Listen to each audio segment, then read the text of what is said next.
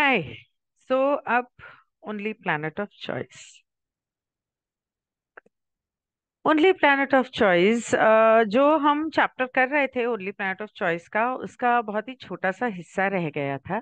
तो वो पूरा करते हैं और उसके बाद उसके आगे का हिस्सा जो है चौराहे के बारे में, उसको शुरू करेंगे। तो उप्स, ओके। टॉम कहता है, जो पिछली बार टॉम ने सवाल पूछा था जहां मैंने कल छोड़ दिया था, कल या परसों। वो कहता है, हाँ ये सही है, फिर तुम अनंत काल तक चलते रहोगे और अनंत काल का कोई अंत नहीं है।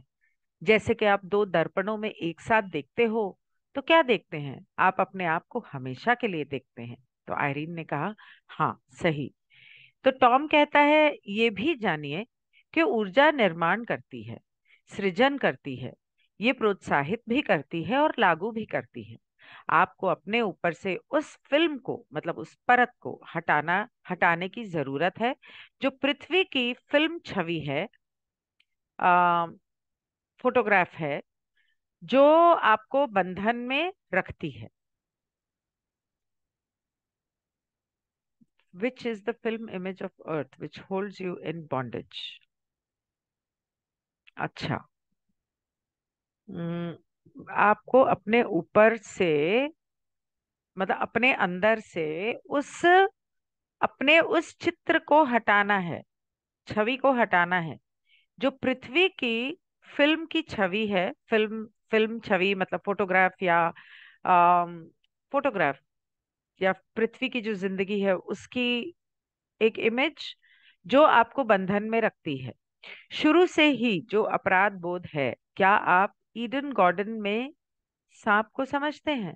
Garden of Google, you understand the serpent in the garden, मतलब कि शुरू से आपके अंदर जो अपराध बोध है, वो गार्डन के अंदर जो आदम और ईव आए थे और सांप ने उस सेब उन्होंने वो सेब खाया था तो सांप ने उनको काट लिया था, उसकी बात कर रहा है। अब आदम और ईव की एक बात बता दूं, आदम odd, Eve Eve Eve, odd and even numbers, 1 and 2। Odd one आदमी, ईव टू औरत, इन दोनों का मिश्रण 3, ब्रह्मांड का पैदा होना। 3 इज क्रिएटिविटी। और मैस्कुलाइन और फेमिनाइन का एकजुट होना, एक साथ होकर इस शरीर को पैदा करना। जब तक मैस्कुलाइन और फेमिनाइन दोनों एक साथ नहीं आएंगे, मतलब धरती की ऊर्जा और रचेता की ऊर्जा एक साथ आकर एक हुई, तो उस समय पर जो आदम और ईव ने जो किया, उसके लिए उनके मन में जो अपराध बोध है, अब ये कहानी है या सच में है मुझे नहीं पता, पर मुझे ऐसा लगता है कि हो सकता है कहानी भी हो सकता है सच भी हो। तो गार्डन ऑफ ईडन को समझते हैं, तो आयरीन कहती है, सृष्टि से पहले एक को ज्ञान था। मतलब ईश्वर को ये रचना करने से पहले उसको ज्ञान था। ऑब्वियसली ज्ञान था, कैसी बात बोल रही है, ज्ञान था तभी तो इतना बड़ा ब्रह्मांड बनाया। इस ज्ञान से कई चीजें सामने आई, उनमें से पृथ्वी को बनाने या शायद फिर से बनाने की इच्छा भी शामिल थी। ओ, अच्छा। हाँ, मैं कदम छोड़ रहा हूँ एडम एंड ईव गार्डन में। मैं कदम छोड़ रहा हूँ मतलब मैं उछलांग मार के चलते हैं ना, जैसे लंगड़ी करके, तो मैं उस तरह से। एडम एंड ईव ने शायद धरती में कुछ ऐसा, I don't know what that means here, but यहाँ पे उसने लिखा है, I am skipping steps, Adam and Eve in the garden. आज्ञाकारिता का पाठ, स्वतंत्र इच्छा की समझ और अवज्ञा के चुनाव में स्वतंत्र इच्छा का प्रयोग। मतलब कि बात मानने, ये सीखने की जरूरत कि हमें बात माननी है, ये समझना कि हमारे पास स्वेच्छा है, और उस स्वेच्छा का इस्तेमाल करना in the choice of disobedience, स्वेच्छा का इस्तेमाल करके बात ना मानना, ये किया उन लोगों ने, एडम एंड ईव ने, बिल्कुल सही, उन लोगों ने यही किया। तो ये टॉम ने बताया था कुछ दो तीन तीन चार सेशंस पहले। तो टॉम कहता है आज्ञाकारिता में स्वतंत्र इच्छा का प्रयोग भी महत्वपूर्ण है। क्या आप विरोधाभास देखते हैं? मतलब एक ही चीज में विरोधाभास, कंप्लीटली एम्प्टी, पूर्णतः खाली। आ, इस तरह के इंग्लिश में बहुत सारे शब्द हैं जो जब एक साथ इस्तेमाल करते हैं ना तो वो विरोधाभास देते हैं। जैसे डार्कनेस, याद नहीं आ रहा अभी, पर ऐसे होते हैं, मतलब जहां पर दोनों बिल्कुल एक दूसरे से अलग होती हैं, जैसे अंधेरा और रोशनी, लेकिन वो एकजुट होती हैं, जैसे वो यिन यांग होता है, ऐसे, अम, ऐसे, कैसे, ऐसे, यिन यांग, काला और सफेद, सफेद में काला, काले में सफेद। तो आयरीन बोलती है बिल्कुल। टॉम कहता है हाँ, तुम्हें जो समझना चाहिए वो ये है कि तुम्हें स्वयं की इस रहस्योद्घाटन को उजागर करना होगा, कि तुम्हें खुद इस चीज के रहस्य को ढूंढना होगा, पता लगाना होगा, जैसा कि आप में से प्रत्येक को प्रकट होना चाहिए। जैसा कि आप में से प्रत्येक को एक दूसरे को पहचानना चाहिए, मतलब अपने आप को पहचानना चाहिए और अपने अंदर अपनी खोज करनी चाहिए। जॉन कहता है मुझे समझ नहीं आया कि प्रकट होने से आपका क्या मतलब है। Thank you John, good question. Tom कहता है क्या बढ़िया क्वेश्चन पूछा जॉन ने। तो टॉम कहता है जब आप ये समझ जाते हैं तो आप समझ जाते हैं कि हमने क्या कहा था। मतलब जब तुम समझ जाओगे तब तुम्हें समझ में आ जाएगा, टॉम। तो जॉन कहता है हाँ, ओके। तो टॉम कहता है ये गेमिंग का अभ्यास नहीं है, ये आपके स्वयं के बारे में सोचने की मानसिक प्रक्रिया को विकसित करने का एक अभ्यास है, मेडिटेशन। जॉन कहता है अभी मेरा दिमाग एक तले हुए अंडे की तरह है। मतलब अंडे की भुर्जी की तरह बना हुआ है, और साथ में ये लोग हमारा दिमाग का भी भुर्जी बना रहे हैं। तो टॉम कहता है जब आप समझ जाएंगे कि आप कौन हैं तो हम जो कुछ भी हैं, हमारे भीतर का ज्ञान पूरी तरह से आप तक स्थानांतरित हो सकता है, मतलब आपके अंदर ट्रांसफर हो सकता है। तो इयान कहती है क्या ये सच नहीं है कि संरचना की प्रक्रिया में हमारे कुछ हिस्से प्रकट होंगे? आ, मतलब जब ये स्ट्रक्चरिंग होगा दुनिया का, धरती का, तो हमारे भी कुछ हिस्से प्रकट होंगे। तो टॉम कहता है करेक्ट है। अब ये मेरा दिमाग फ्राई कर रहा है क्योंकि मुझे समझ में नहीं आ रहा ये दोनों क्या बोल रहे हैं। ठीक है, पढ़ते हैं आगे, शायद समझ में आ जाए। क्या हमें इन काल्पनिक चीजों के बारे में चिंता करने की जरूरत नहीं है? हम्म, मतलब हम ऐसा सोच रहे हैं, अज्यूम कर रहे हैं कि ऐसा होगा, ऐसा होगा। तो क्या ये जरूरी है कि हम इन चीजों के बारे में सोचें? क्यों सोचें, मतलब क्या जरूरत है? तो टॉम कहता है ये सटीकता है, जब ये शुरू करते हो तो अनेकों में प्रत्यक्षता होती है। इसके लिए आपकी दुनिया, इस ब्रह्मांड को भी संरचित करना होगा। इस ब्रह्मांड को भी, ओके। ये सटीकता है, जब आप ऐसा करना शुरू करोगे तो बहुत सारे लोगों में जागरूकता आएगी, बहुत सारे लोगों को सत्य का पता चलेगा, क्योंकि ये जो तुम्हारी दुनिया है ये ब्रह्मांड का भी एक हिस्सा है। ये ब्रह्मांड तुम्हारी दुनिया है, ये ब्रह्मांड है। इस सभी को पूरे को रीस्ट्रक्चर, मतलब रीऑर्गेनाइज होने की जरूरत है। और अब के जो दिन हैं, ये जो दिन है, ये उस समय की बात कर रहा है, शायद 70s की, कि ये शुरुआती जो दिन है ये सबसे ज्यादा जरूरी है, और हम लोगों के लिए सबसे ज्यादा जरूरी है, ताकि हम इसे समझ के लोगों को और जागरूक कर सकें। तुम अपना भी उपचार करोगे और धरती का भी उपचार करोगे। और उपचार की जो शुरुआत है, वो उन लोगों के साथ शुरुआत होती है जिन्होंने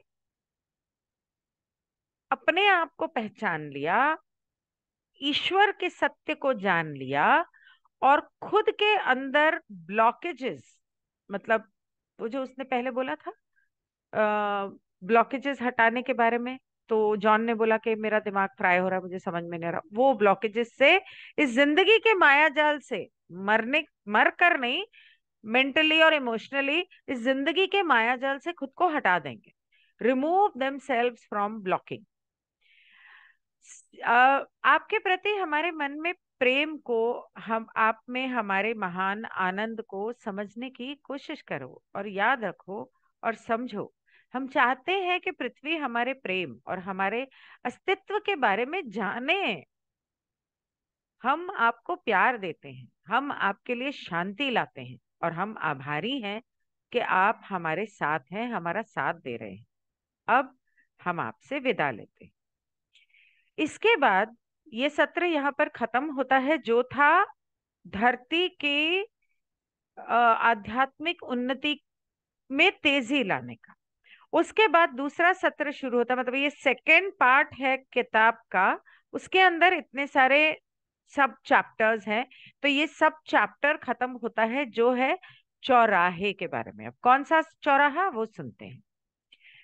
ये हमारी पसंद के बारे में है, और जिस तरह से हमारा व्यवहार हमारे ग्रह पर प्रतिबिंबित होता है, ये हमारी चुनाव के बारे में है, और हमारा जो व्यवहार है वो इस ग्रह के द्वारा, ग्रह के अंदर पूरी तरह से प्रतिबिंबित होता है, रिफ्लेक्स। ये भौतिकवाद परिस्थिति, मैं इंग्लिश ही पढ़ती हूँ। और टॉम की जो पहले की, ये जॉन यहाँ पर किताब में एंड्रू या जॉन लिख रहा है कि टॉम ने पहले जो कहा था, वो उससे पहले वाले सत्र में बार बार बार बार जैसे ऐसे लग रहा था कि बार बार एक ही चीज बोले जा रहा है। तो उसके अंदर वो एक बार और कुछ बातें ऐड करता है। तो यहाँ पर टॉम कहता है, पृथ्वी जिस पर मानव का अस्तित्व है, ब्रह्मांड में एक विशाल बाधा है। तो बनाया क्यों? बाधा तुमने ही बनाई, अब झेलो। भौतिक ग्रह, पृथ्वी ब्रह्मांड में सबसे अधिक भौतिक है, और ये सबसे सुंदर है क्योंकि इसमें इतनी विविधता है। पृथ्वी जो है वो बॉटलनेक नहीं है, वो बाधा नहीं है। इन उसके ऊपर रहने वाले इंसान जो नकारात्मक जिंदगी की ओर भाग रहे हैं और इस माया जाल में दिन ब दिन फंसते जा रहे हैं, वो बाधा है। तो इसको करेक्ट करो ना, ह्यूमन एग्जिस्टेंस। जो लोग पृथ्वी पर मौजूद हैं, जो अन्य ग्रहों पर मौजूद हैं, जब उनका जन्म इस ग्रह पर होता है तो उन आत्माओं को भौतिक और आध्यात्मिक के बीच संतुलन विकसित करना होता है, होगा। यहाँ धरती के वो लोग जो पहले और ग्रहों पर रह चुके हैं, और उन फिर जन्म लेकर जब उन्होंने यहाँ धरती पे आने का फैसला किया, उनको अपने आध्यात्मिक और भौतिक शरीर में संतुलन बनाने की जरूरत पड़ेगी। लेकिन पृथ्वी पर आत्माएं घनत्व के कारण अधिक भौतिक हो जाती हैं, और जब उनके भौतिक शरीर पृथ्वी में विघटित हो जाते हैं, तो उनकी आत्मा को ग्रह छोड़ने की कोई इच्छा नहीं होती। मतलब जब वो मर जाते हैं तो उनकी आत्मा को ग्रह छोड़ने की कोई इच्छा नहीं होती। इससे पुनर्चक्रण होता है। It has caused a recycling, मतलब वो यहाँ पर पुनर्जन्म लेते रहते हैं, लेते रहते हैं। और अगला स्पिरिचुअल लॉ जो मैं करने वाली हूँ, वो पुनर्जन्म के ही बारे में है। और प्रत्येक पुनर्चक्रण से उनमें अधिक इच्छा और आनंद उत्पन्न होता है सुखों का। मतलब कि इच्छा होती है कि हम और सुख का अनुभव लें। जैसे कि खाना, पीना, आ, सेक्स करना, वो जो भी होता होगा, तो उनको ऐसा लगता है कि, कहाँ गया, हाँ, उनको ऐसा लगता है कि अब हमें इस धरती से नहीं जाना है। um, in when the recycling begins, एक मिनट में कहीं खो गई। um, अरे गड़बड़ हो गई। अयो। Okay, now I am back.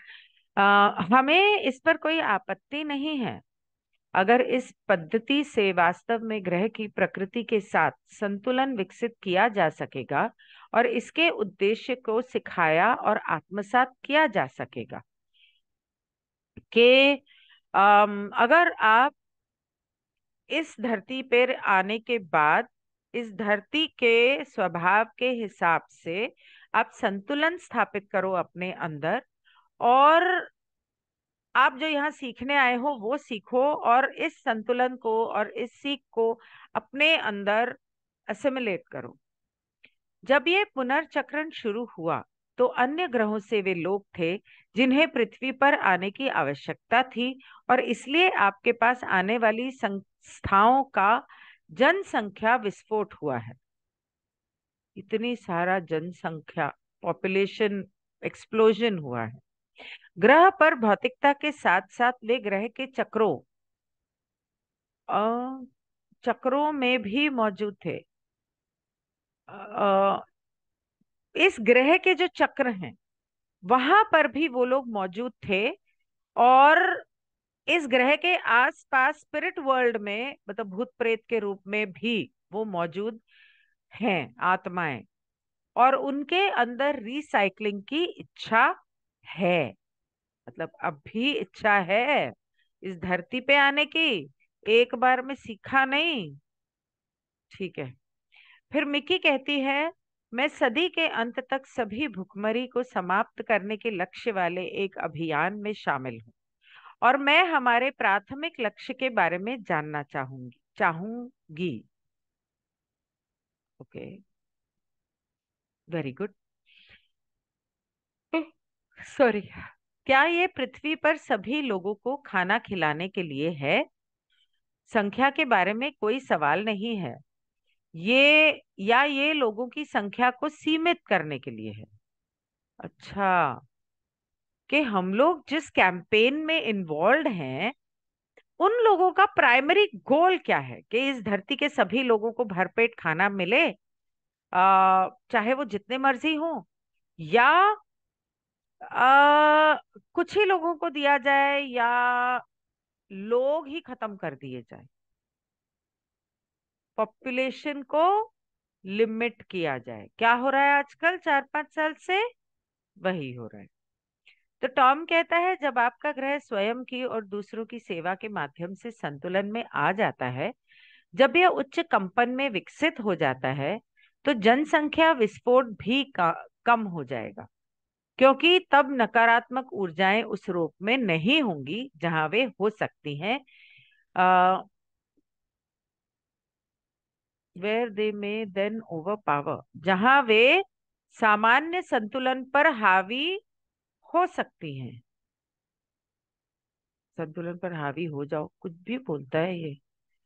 नहीं, मैं इंग्लिश में पढ़ती हूँ।